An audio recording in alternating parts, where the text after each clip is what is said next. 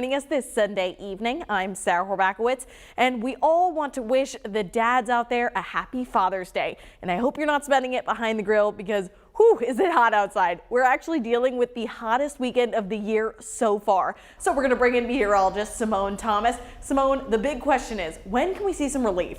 Well, it definitely won't be until at least after the sunset this evening.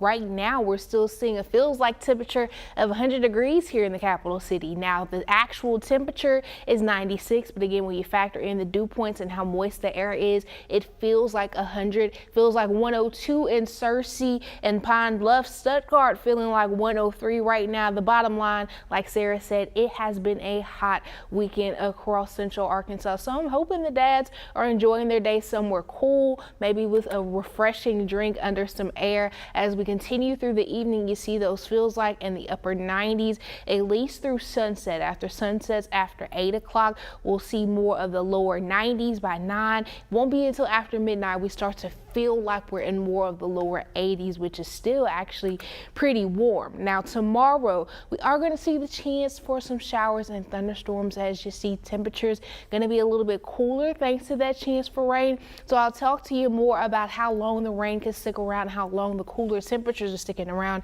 in that 7-day outlook. So stay with us.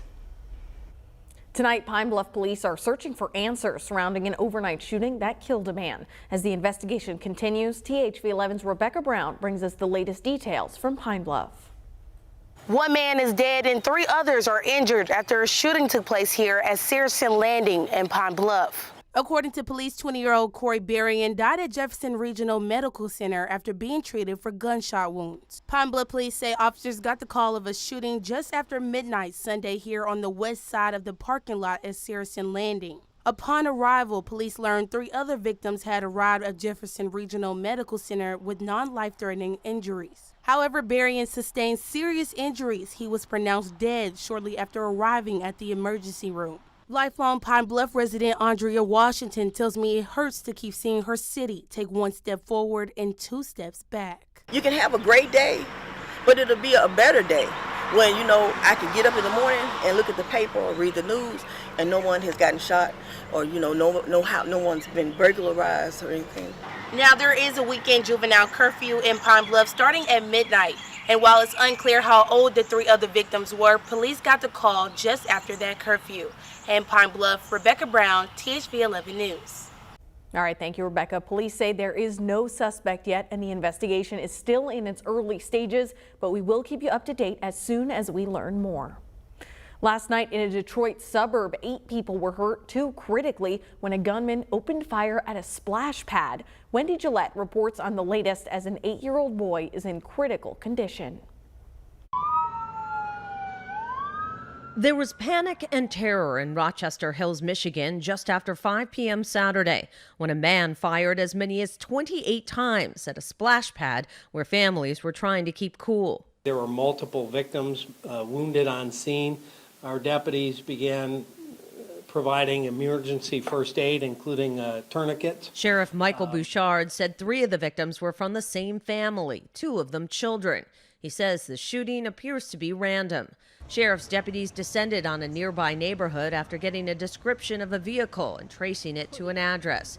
They say they found the suspect dead inside the house of an apparent self-inflicted gunshot.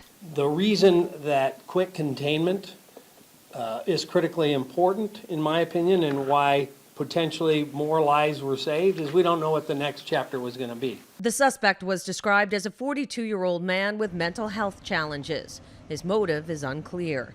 At the news conference, the sheriff showed an image of a semi-automatic weapon found on the suspect's kitchen table. A lot of blood. A lot of blood. Neighbor Jarrett Schmidt went to the splash pad to help the victims. I know these people. This is my neighborhood. These are friends. These are family members. This is horrible. The Oakland County Sheriff's Office has responded to other mass shooting incidents in recent years, including in Oxford, Michigan, when a 15-year-old shot and killed 4 high school students in 2021. Sheriff Bouchard called this incident a gut punch to the community.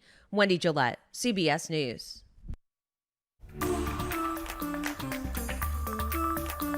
In central Arkansas, a black bear was spotted near the Air Force Base, and officials are now urging the public to be on the lookout. This comes just a few days after a black bear was spotted roaming along Rodney Parham in Little Rock. According to the Arkansas Game and Fish Commission, bears are actually expected to be spotted in unusual places this time of year. For some tips on how to reduce any run-ins or what to do if you see one walking around, we have all that on our website right now at thv11.com.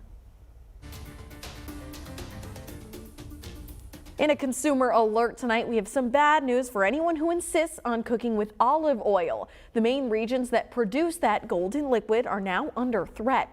Extended dry weather in olive growing regions has caused row after row of trees to fail. Since 2020, the price of olive oil has more than tripled, while demand for it continues to surge around the world. Meanwhile, we do have some good news at the grocery store. Prices didn't quite go down, but they have remained steady from April to May. And drivers are getting a break at the pump. AAA says the national average is down about 16 cents a gallon in the last month. Overall, inflation eased to 3.3% in May, down from 3.4% the month before. I think this report is encouraging. We're moving in the right direction. But, at the end of the day, prices are still pretty high. I think that's what's weighing on consumers still. The Federal Reserve decided to once again keep interest rates the same to ease rising prices. And the board now says it only plans one rate cut sometime this year. Previously, the Fed had considered 3 cuts. And if you're someone who's not quite so happy at work, well, a new Gallup survey finds that you're not alone. More than half of workers in the U.S. and around the world are disengaged from their jobs, with 50% of American employees watching for or actively seeking new jobs. 49% of workers here in the U.S. and Canada reported daily stress, with women experiencing even higher levels than their male counterparts. When you have organizations that are poorly run, you can see that the amount of unnecessary stress that is added to a human being's life is tremendous. In fact, somebody who is actively disengaged at work compared to someone who is engaged at work, there is a 60% difference in terms of how much daily stress that they are experiencing. The pollster goes on to say that one of the single biggest contributors to that stress is when employees don't have things they need to do their jobs. Now, still coming up tonight, one little boy's on a mission to make the roads you drive safer. We're going to share that in just a bit. You won't want to miss it. Simone? And we've got a little bit of rain coming to help us kick off the work week, but it won't stick around for long. I'll give you a look at the week ahead coming up after this break.